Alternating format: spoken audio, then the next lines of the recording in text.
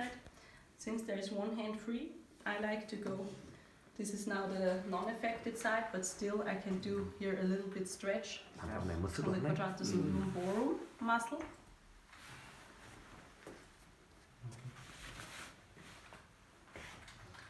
If there is already really high tone on the affected side, I would change sides because it's easier for me to work that way. Again, go down, good body position, straighten up with your legs, and now my hand is free to stretch the quadratus lumborum muscle.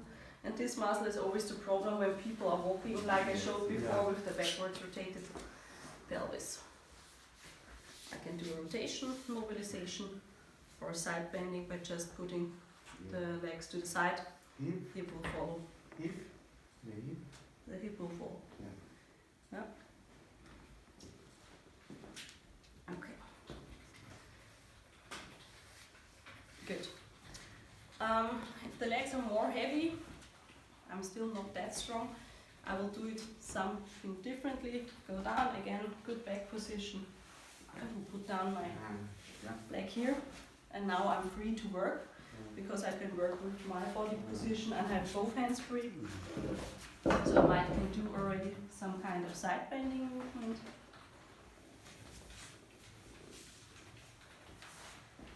You okay? I can again do the rotation, and both hands are free to go really to the muscles, feel the tightness or how they're getting looser or not.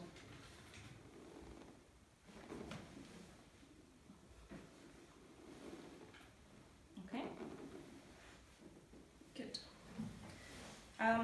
Then something I did not mention in January, there are some positions that are tone decreasing. For example, it's called like we put together like a package. I can go there from this position quite well because I just put into flexion. If there's already really high tone, I can again put my leg there, and we just go to a lot of flexion. You're fine with your knees? No. You're not fine with your knees? Yeah. Do you have problems with your knees? No. So you're fine No, with your no, knees? no. Okay. Yes. Nothing painful? Nothing. Okay.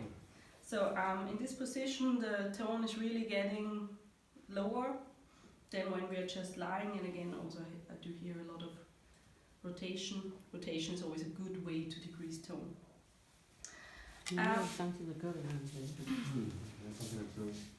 For the problem of spasticity, there are two ways to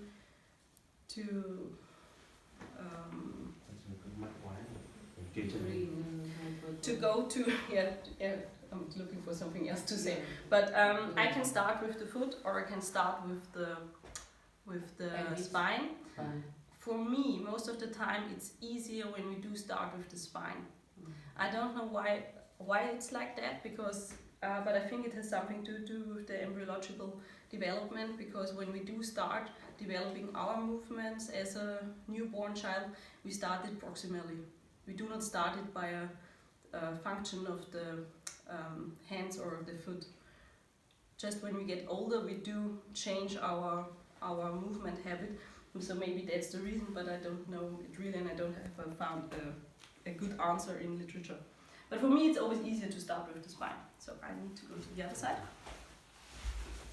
Okay. So now we go to the hip. You can straighten this leg. Okay. So for the hip, we do flexion. We did it before, but we also do extension. Most hemiplegic patients, this degree of extension is enough. If they are quite good, flexible, I can ask my patient to lift this one and keep yourself here. This is the good side. And when I do the same movement, it's already more flexion, because by bending this leg I get 10 degrees more extension in the hip. And again, when there is high tone, I go really slow. If there is little tone, then I can put this one.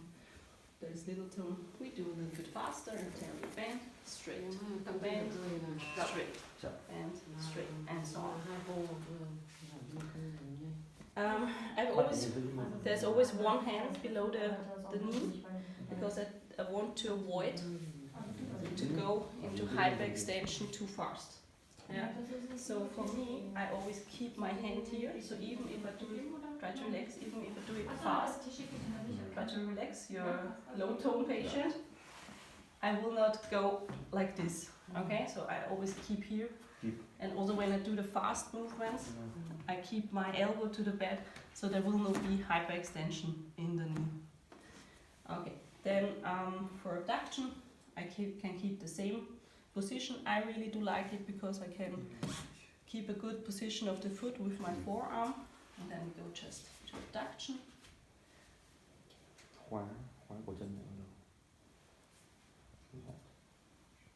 Okay, and then we do hip rotation in both directions. Also here, really try to keep good contact to the knee. Do not do it like this, because then we get a stress on the LCM ligament and the SCM ligaments. When I keep it like this, I can really rotate in the hip what I want to do.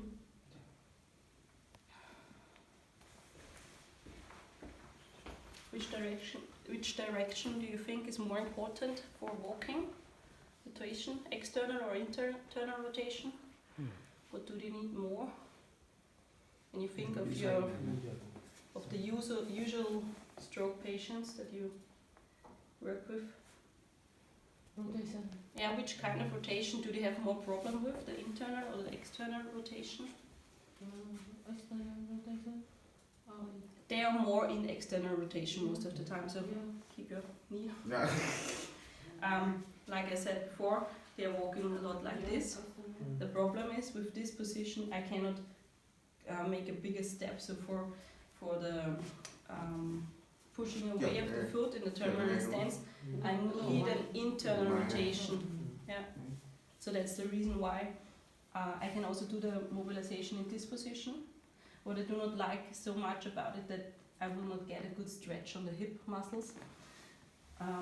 In the 90-degree position, there is already more pre-tension on the muscles, so I get a little bit more stretch. So if I want to do the stretching of the muscles, I take this position. If it's just for mobilizing the hip, I can also go this way, for example.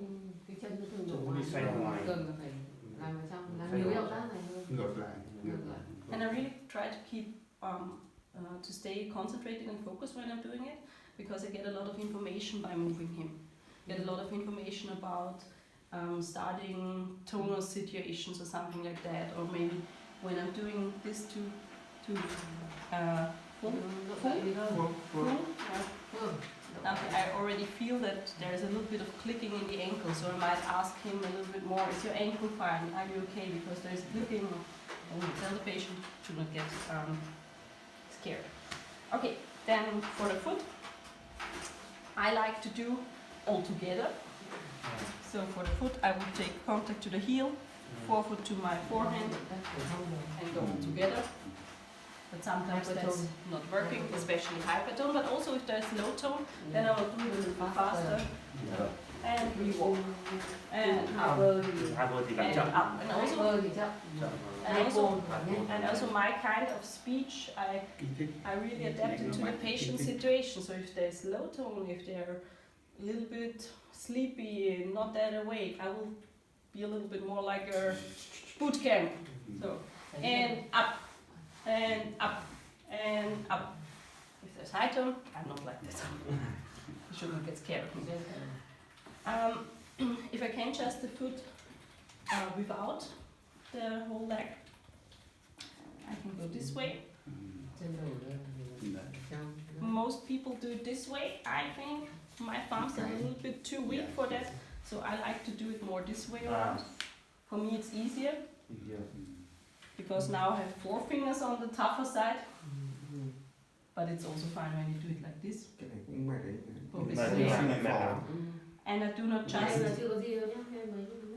not just dorsal extension, plantar flexion, I do some kind of combined movement by going inversion, eversion. Eversion is the more important thing. As long as there is some change in the tissue quality. So if there's high tone, I do it as long as it needs to get lower. Tăng trương lực cơ. If there is lower tone again, I will start like this and then ask him, and now do the movement with me. Try to pull up and try to pull up. And then he might do it 1, 2, 3 times together with me, and then he will get tired, and then I say stop, take a break. You can also just do the pronation supination. Important movement, especially the pronation we do need. And then do not forget the toes. The toes are really important for the foot, especially toe extension and also some kind of abduction. Okay? Good.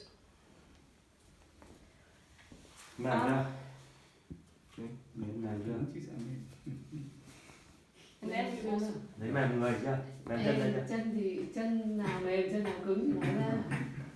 You okay? Yeah, okay. You can tell me if there's something uncomfortable, because there's a difference between working with a patient